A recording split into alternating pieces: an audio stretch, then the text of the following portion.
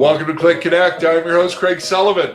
Today's show is being brought to you by our good friends at Red Roof Franchising and Chicago Titles National Commercial Services Group.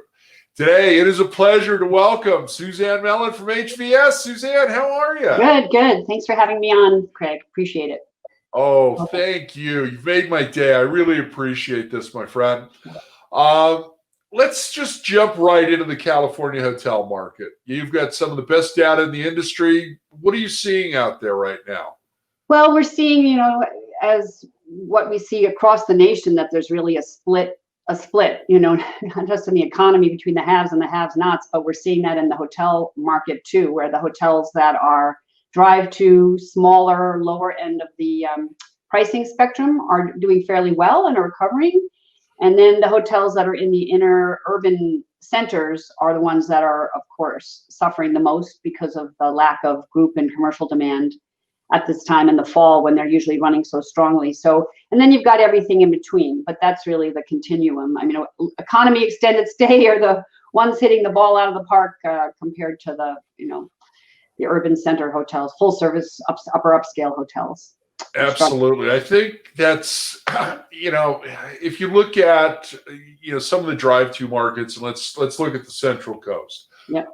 During the summertime, they were doing 90% occupancy. They were doing great. I think parts of San Diego, North County maybe were doing okay if they weren't in a complete lockdown. Yeah. When things came back, I think Terranea, Montage on the higher end of the scale were doing fine because they're big coastal resorts with lots of acreage and you can separate pretty easily. But yeah, I think the urban cores are just getting killed. And, your city by the bay is just not coming back at all. There's so many issues to just get a hotel reopened. I know. I think we're like the worst in the country, actually. Maybe with Oahu and New York, but yeah. But now, Oahu's open again. Hawaii came back as of the 15th, and they were having, at least on their first day, they had 8,000 new visitors from the mainland. And I think Hawaii is the only one that's not really open at this point, but they're opening up next month. So it'll be interesting to see what happens there as well. I bet there's a lot of pent-up demand to go to Hawaii. Yeah.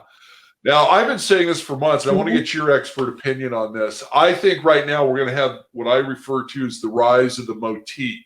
That was that old Route 66 exterior corridor property that's going to go independent, put some money into it, fix it up, and, Gen Xers and various others are going to go there because, one, they can check in from their cell phone. They can drive right up to the room, and if they're on the ground floor, walk right in. What are you thinking? You think that's going to be a trend?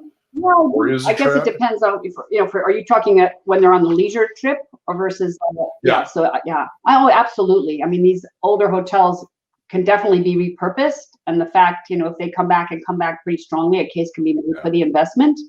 So I think that's definitely an opportunity. I mean, we've seen successes in that realm of people taking these older motels and really jazzing them up and doing a good job on social media, and boom, they can hit the ball out of the park without an over-investment, if you will.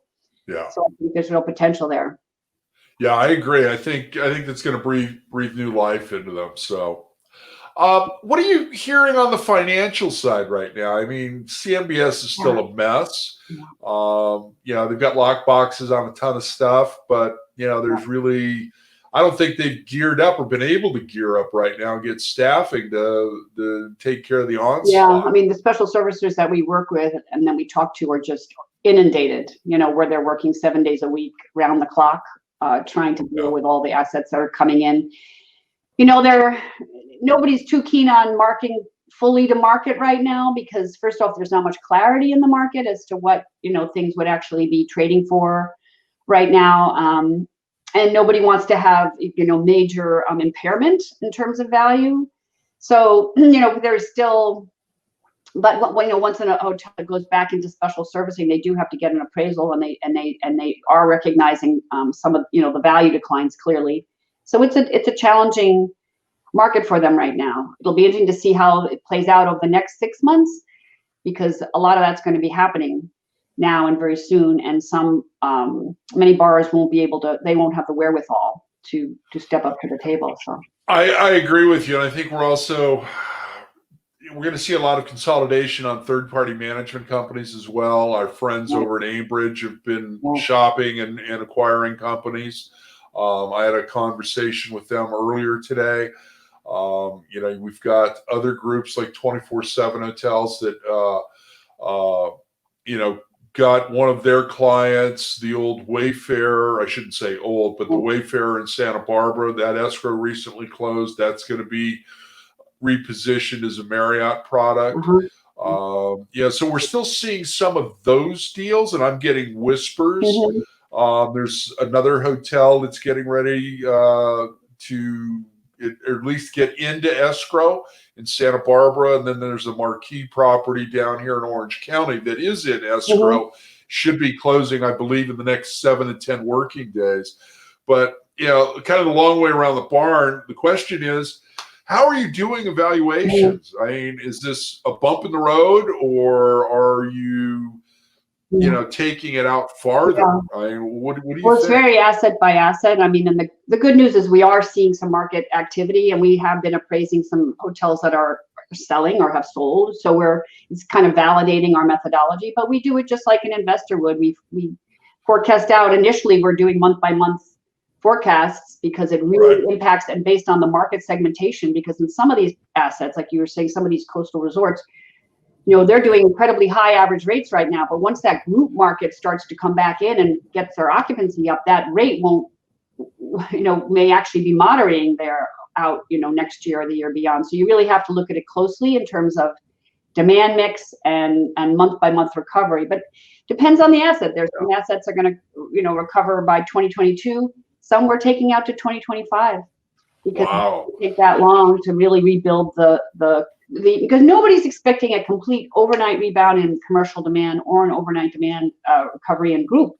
A lot of people are writing off first half of next year. So 2021 is still going to be potentially a money loser for some, break even or negative EBITDA for some of these hotels, unfortunately. So it's really such a market by market and asset by asset exercise. Yeah, I agree with you. I think, let's use Long Beach as an example. We've got one of the larger convention centers in Southern California. And attached to that is a big box Hyatt, full service. Now, what do you do? You can't operate it as a select service. You just can't do it.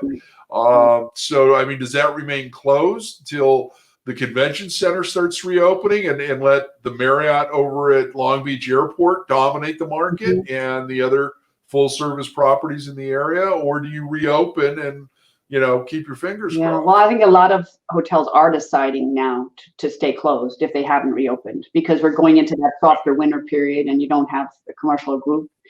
And they have to do the math. It costs a lot of money to stay closed, costs a lot of money to reopen.